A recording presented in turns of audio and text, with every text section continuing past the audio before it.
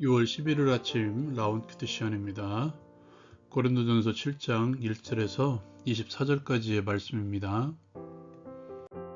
바울 사도는 고린도 교회가 보낸 서신에 대해서 답을 합니다. 그 첫 번째가 결혼과 이혼에 대한 문제였습니다. 바울은 고린도 교회가 보낸 편지에 대해서 답을 합니다. 그 첫 번째가 남자가 여자를 가까이 하지 않는 것이 좋다고 말하죠. 그러나 음행을 피하기 위해서 남자와 여자가 결혼하라고 말합니다. 그리고 결혼한 이후에는 서로에 대한 의무를 다하라고 전합니다. 서로의 몸에 대한 주장은 자신이 아닌 배우자가 하는 것이며 서로 분방하지 말라고 권면합니다. 다만 기도할 틈을 얻기 위해서 합의상 얼마 동안은 하지만 다시 합하라고 권면합니다. 그 이유는 절제를 하지 못함으로 인해서 사탄이 시험하지 못하게 하려 함이라고 전하죠. 여기서 바울은 자신의 말이 명령이 아니라 허락임을 밝힙니다. 바울은 모든 사람들이 자기와 같기를 원하지만 그러나 각각 하나님께 받은 자기의 은사가 있으므로 사람마다 다르다고 말합니다. 바울은 결혼하지 않은 이들과 과부들에게 나와 같이 그냥 지내는 것이 좋다고 말하며 만일 절제할 수 없다면 결혼을 하라고 말합니다. 정욕이 불타는 것보다 결혼하는 것이 낫다고 권면하는 것이죠. 이어서 바울은 결혼한 자들에 대해서 권면을 이어갑니다. 바울은 명하는 자가 자신이 아니라 주께서 하고 계심을 먼저 말하죠. 여자는 남편에게서 갈라서지 말라고 말합니다. 만일 갈라섰으면 그대로 지내든지 다시 그 남편과 화합하든지 하라고 말합니다. 남편 또한 아내를 버리지 말라고 동일하게 권고하고 있죠. 그리고 그 나머지 사람들에 대해서도 말합니다. 그리고 이것은 주의 명령임을 먼저 밝힙니다. 만일 어떤 형제가 있는데 믿지 않은 아내가 남편과 살기를 좋아하면 그를 버리지 말며 이와 같이 어떤 여자에게 믿지 않는 남편이 아내와 같이 살기를 원한다면 그 남편을 버리지 말라고 말합니다. 믿지 않는 남편이나 아내가 배우자로 말미암아 거룩하게 될 수 있기 때문이며 그렇지 않으면 자녀 또한 깨끗하지 못할 것이라기 때문이라고 말합니다. 만약 믿지 않는 배우자가 갈라서기를 원한다면 갈라지라고 말합니다. 형제나 자매나 이런 일에 구애되지 말라고 말하죠. 바울은 여기에서 단서를 답니다. 그러나 하나님은 화평 중에 너희를 부르셨다고 전합니다. 모든 상황에서 화평을 이루라는 것이죠. 나로 인해서 믿지 않는 남편이나 아내가 구원받을지 알 수 없기 때문이라고 바울은 말합니다.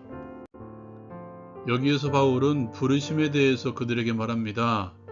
바울은 주께서 나눠주신 대로 각 사람을 부르신 데 그대로 행하라고 말합니다. 지금의 어떤 위치에 있든지 그것이 중요한 것이 아니라 오직 주의 계명을 지키는 삶이 중요함을 전합니다. 우리는 그리스도께서 갑으로 산 존재이므로 사람들의 종이 되지 말라고 권면합니다. 그렇게 부르심을 받은 그대로 하나님과 함께 거하라고 바울은 말합니다. 적용을 위해 함께 나누기를 원합니다. 주어진 상황에 최선을 다하십시오. 오늘 말씀을 묵상하면서 제가 얻은 결론입니다. 바울 사도는 결혼과 이혼의 문제, 독신의 문제까지 고린도 교회가 보낸 편지에 답변을 하고 있습니다. 지금 나의 입장에서 주어진 상황이 무엇입니까? 결혼과 이혼이라면 주어진 상황이 무엇이겠습니까? 아마도 배우자일 것입니다. 그렇다면 결혼 관계를 유지할 때에도 그리고 관계가 소원해져 이혼할 때에도 여전히 주어진 상황인 배우자에게 최선을 다하는 것이죠. 바울은 자기 몸을 자기가 주장하지 말라고 말합니다. 남편으로서의 의무, 아내로서의 의무가 아니라 아내에 대한, 남편에 대한 의무를 다하라고 말함으로써 그 최선이 나의 입장이 아니라 배우자의 입장에서 최선을 다하라고 말씀하고 있다는 것이죠. 지금 결혼관계에 있다면 이것을 명심하십시오. 지금의 배우자의 관계가 소원해져 이혼의 상황이 진행된다고 할지라도 믿지 않은 배우자라면 그가 살기를 원한다면 같이 살고 헤어지기를 원한다면 그렇게 해주라는 것입니다. 이유는 하나입니다. 나를 통해서 배우자가 결혼하게 되고 구원에 이를 수 있기 때문이라는 것이죠. 저는 이것이 믿음의 사람들의 최선이라고 생각합니다. 배우자로서 상대를 위한 의무를 다하고 자기 몸을 주장하지 않으며 배우자가 원하는 대로 이혼의 여부를 결정함으로써 그로 하여금 거룩함과 구원의 길에서 떠나지 않게 하는 것이죠. 이혼의 경우에는 더 나아가는 것 같죠.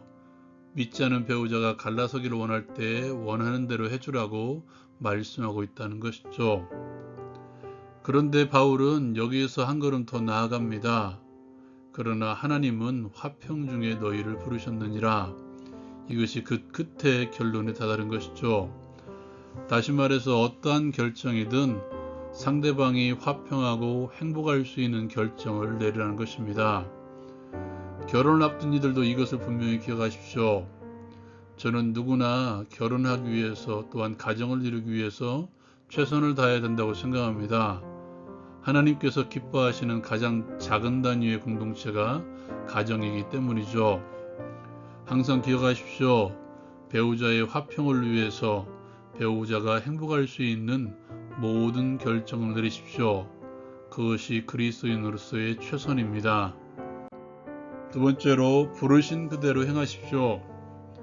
바울은 결혼과 이혼 이야기 후에 갑자기 부르심에 대해서 말씀하고 있죠. 바울은 말합니다. 각 사람에게 나눠주신 대로 하나님이 각 사람을 부르신 그대로 행하라. 어쩌면 지금의 배우자도 앞으로 만날 배우자도 하나님께서 우리를 위해서 예비해 놓으신 자들이죠. 운명론은 아니지만 지금 내가 하고 있는 그 일, 지금 나에게 주어진 상황은 하나님의 부르심으로 주어진 것이라는 것이죠. 단 앞으로 어떻게 이루어갈지는 우리는 모릅니다. 지금의 나가 지금 하나님의 부르심이라는 것이죠. 나를 값으로 사신 하나님께서 함께하기를 원하십니다. 그리고 지금 함께 하십니다. 그러므로 결혼관계에서든지 또한 결혼하지 않는 남녀관계, 이혼의 앞에 문제를 다가온 그들의 관계, 그리고 모든 사회적인 관계에서든지 부르신 대로 행하십시오.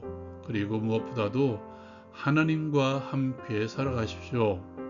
거기에 하나님의 화평이 있을 것입니다. 적용을 위해 함께 기도합니다. 하나님께서 우리를 부르신 그대로 행하게 하옵소서. 세상의 상식에 휩쓸리지 않게 하시고 하나님의 계명대로 화평을 이루게 하옵소서. 예수님의 이름으로 기도합니다. 아멘. 이것만 기억하십시오. 결혼으로 생겨난 가정공동체는 하나님께서 세우신 제도이죠. 그러므로 하나님의 마음으로 모든 것을 결정하십시오. 라온 큐티 마치겠습니다.